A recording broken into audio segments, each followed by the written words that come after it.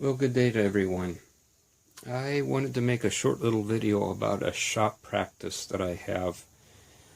And this is going to be more directed towards those of you that do watch restoration, antique restoration, and like much of what my videos are about, restoration of antique pieces, or those that aspire to do that. I just hope that this will be a helpful hint to you, and it's just something that I practice and have been practicing for years. I'll explain more specifically why I'm making this video towards the end. One of the things that I do and try to do on a regular basis is start the day with a half an hour, just a short period of time where I'm doing nothing but sorting parts. So I don't know, I imagine we have all come across boxes of miscellaneous parts like this.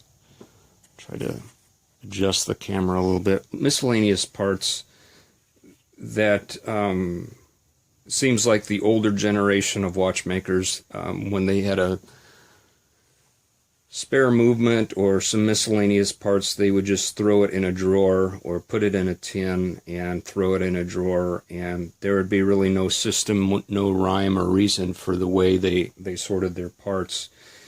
And so what I do is I would take like a tin like this full of miscellaneous and just spend the first half hour of the day sorting that out, and then of the good parts that I want to keep, I put them in a place, in a cabinet, in a very specific place with other parts like them. And of course the junk parts then you can discard or do whatever, sell to crafters. I do this with miscellaneous parts like these. I also do them with miscellaneous movements. I usually wait till I have a whole pile of them that I need to do before I go through them and take like maybe just a half a dozen or 10 of them in the morning, identify them by their make and model number. I have a system set up, my own system, for the Swiss and Japanese parts. I have another system, separate system made up for the American style watches. The idea here is that when you need a part, you can go directly to your system and you know within 5 or 10 minutes whether you have the part. If you had a bench full of drawers like this and you needed a specific part for a make or model number, you would spend half the day sorting through whether you even had that movement that you could rob a part from. So instead of going through that frustration, I just start my day, like I said, with a half an hour, maybe not even a half an hour. I'll just pick a few things and then sort them out. And the result of that, I'm not going to show you my movements so much as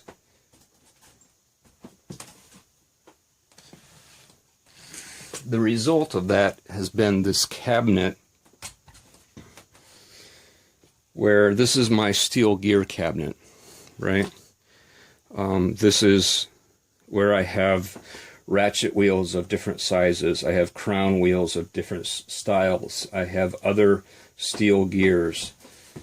I also have drawers devoted to springs and winding and setting mechanism parts, full of the clear plastic boxes so I can easily and quickly identify them. And so in restoring an old watch, whether it be American or Swiss or unknown, I can quickly and easily, within 5 or 10 minutes, know whether I have that part or have something close to that part that I can alter and make work. That's the whole point. I've got more drawers. I've got balance stabs, wheels and gears, brass gears, pinions and wheel blanks. Over here I have drawers for screws, for miscellaneous pocket watch crown, dial train, so like the minute wheel, cannon pinions, hour wheel, and then some miscellaneous down here. This is all pretty much about 25 years worth of accumulation of just the miscellaneous parts.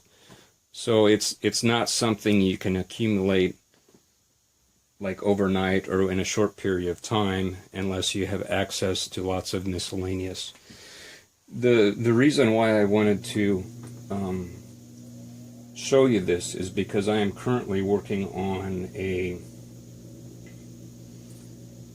Rockford indicator, and there is a very commonly broken part in the Rockford wind indicator that I need to replace. Fortunately for me, I was able to find within a very short period of time the gears that I'm going to have to replace. I need two small steel gears. One is a gear that's 3 millimeters in diameter and has 18 teeth. The other is 1.6 millimeters in diameter and has 9 teeth. And both of these gears I actually had in my drawers, and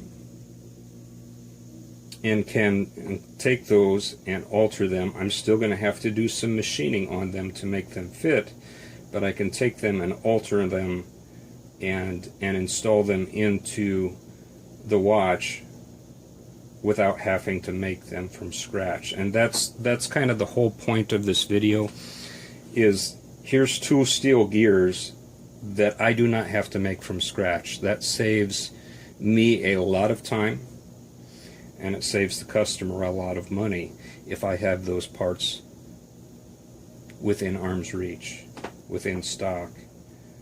And that's really the whole point of this video, is I hope to